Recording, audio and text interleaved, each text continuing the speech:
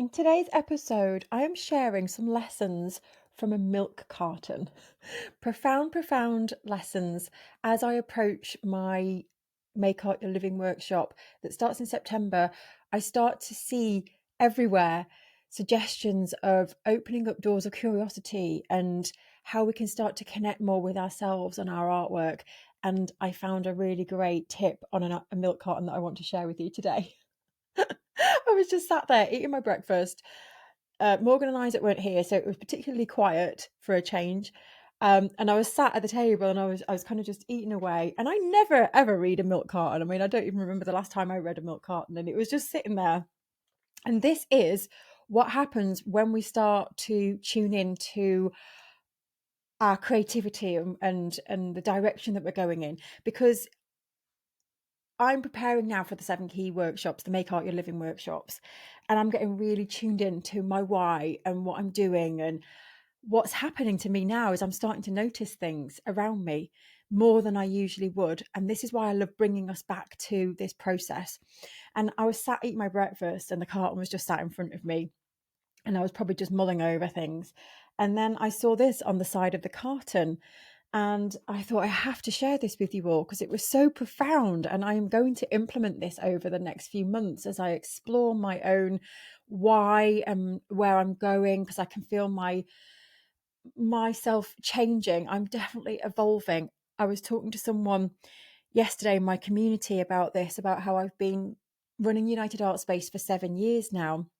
And someone says at the 7 year mark, you start to evolve and change because our cells and regenerate inside our own bodies every 7 years. And it's just a really interesting concept that I definitely want to explore in another podcast episode.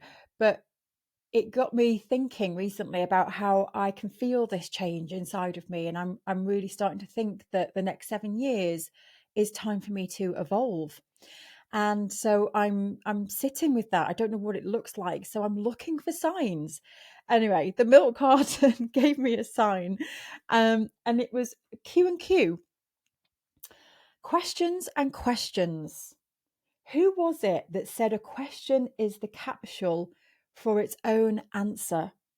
No idea, but wouldn't it be great for the evolution of our collective knowledge if answers to the most curious questions came in the form of a new curious question? We don't know. What do you think? I love this.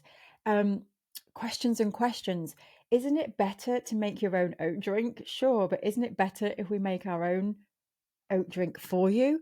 So this has got me really thinking about questions and questions instead of questions and answers.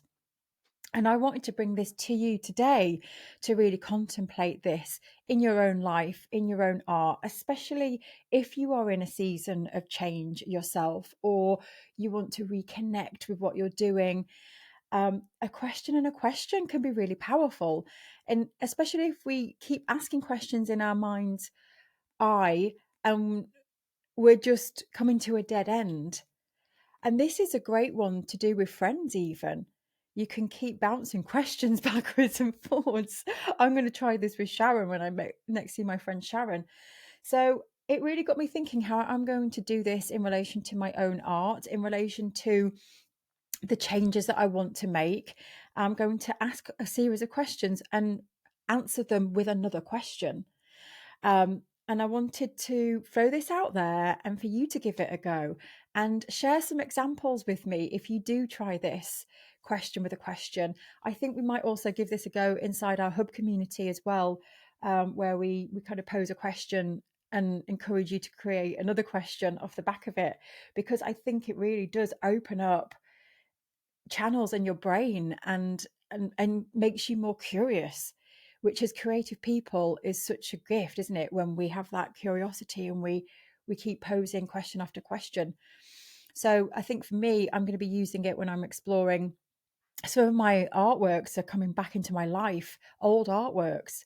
I'm not even looking for them, they're just coming back to me. And I'm going to contemplate them with questions and questions, just reminiscing around why I made them and why did I choose that material? Why did I choose that particular photograph?